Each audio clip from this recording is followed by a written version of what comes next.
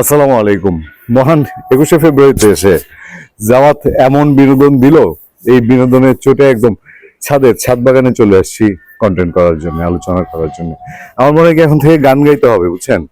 যে আমাদের গান ছিল না 21-এর, তো অন্য আব্দুল জব্বারের মহান গান, যে সালাম সালাম হাজার সালাম সকল শহীদ স্মরণে।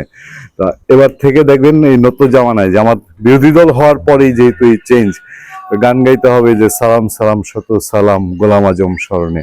হ্যাঁ, কেন গাইতে হবে সেটা একটু শোনার চেষ্টা করেন আপনারা।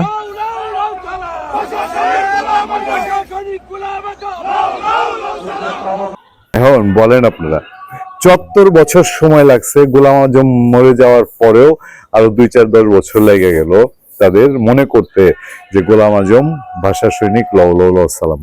হ্যাঁ, মানে এত বছর ধরে মনে পড়ে নাই যে গোলাম আজম নিজেই বাইচে থাকার সময় তিনি বলছে যে তার ভাষা আন্দোলন করা ভুল ছিল।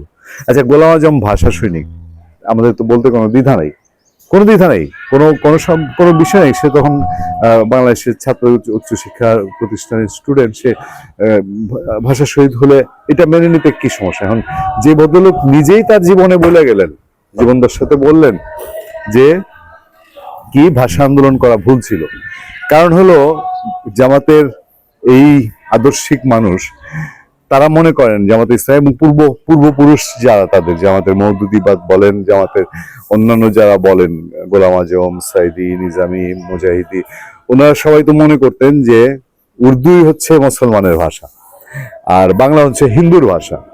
তো এই মুসলমানের ভাষা রেখে হিন্দুর ভাষায় কথা বলা যাবে না। তো গোলাম আজম আটকানা হয়ে নিজেই ভুল স্বীকার করেছে যে ভাষার যুদ্ধ করে। তো সেই গোলাম আজমের নামে এখন আবার কেন তারা স্লোগান দেয়? বিরোধী দলীয় উপনেতা হয়েছে বলে, বিরোধী দলের নেতা হয়েছে বলে। তাহলে কি মানে বিরোধী দলের নেতা হইলে সব হালাল?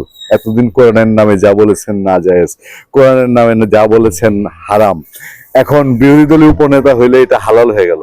তাহলে এখন যেটা বলেন যে কি একটা সময় আপনাদের আমিরও নারী হবে, আপনাদের প্রধানমন্ত্রীও নারী হবে, আপনারা ডিস্কোতে যাবেন, আপনারা বারে যাবেন, তখন প্রধানমন্ত্রী হইলে পরে কি বলবেন যে ওগুলো হালাল?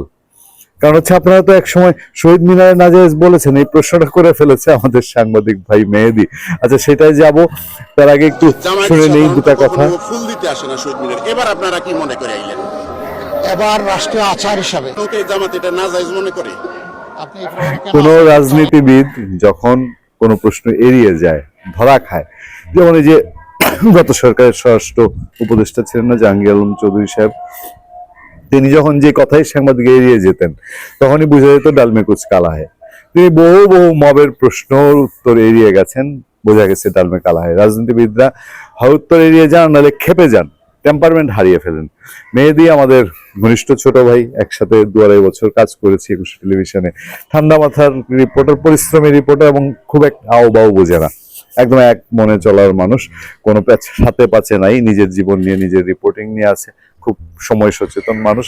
সে তার মুখে এই এই প্রশ্নটা শুনে বেশ ভাইরাল হয়েছে তার প্রশ্ন, দেখলাম। আর প্রশ্ন হলো যে এই যে রাষ্ট্রীয় প্রোটোকল অনুযায়ী বিরোধী দলে গেছে বলেই তারা এতদিন বলে এসছে কি, ইসলামী ছাত্র শিবির তারা বলতো যে এটা হলো খাম্বা পূজা, শহীদ মিনারে ফুল দেওয়াটা খাম্বা পূজা। আমি দেখলাম আজহারি সাহেব আবার নানান ভাবে হাদিসের বর্ণনা করছেন, আজহারি সাহেব যা বলেছেন সেটা আমি নাই গেলাম, কিন্তু তাদের ওই খাম্বা পূজা, নাজায়েজ কাজ, ফুল দেয়া, এটা শুধু বিরোধী দলীয় নেতা হওয়ার কারণে বা বিরোধী দলে যাওয়ার কারণে এটা হঠাৎ করে জায়েজ হয়ে গেল? তো সরকারি দলে গেলে জামাত আর কি কি নাজায়েজ জায়েজ হয়ে যাবে? ভালো থাকবেন, সুস্থ থাকবেন। আপনার সাথে আমি আতিক রহমান, পূর্ণিয়া।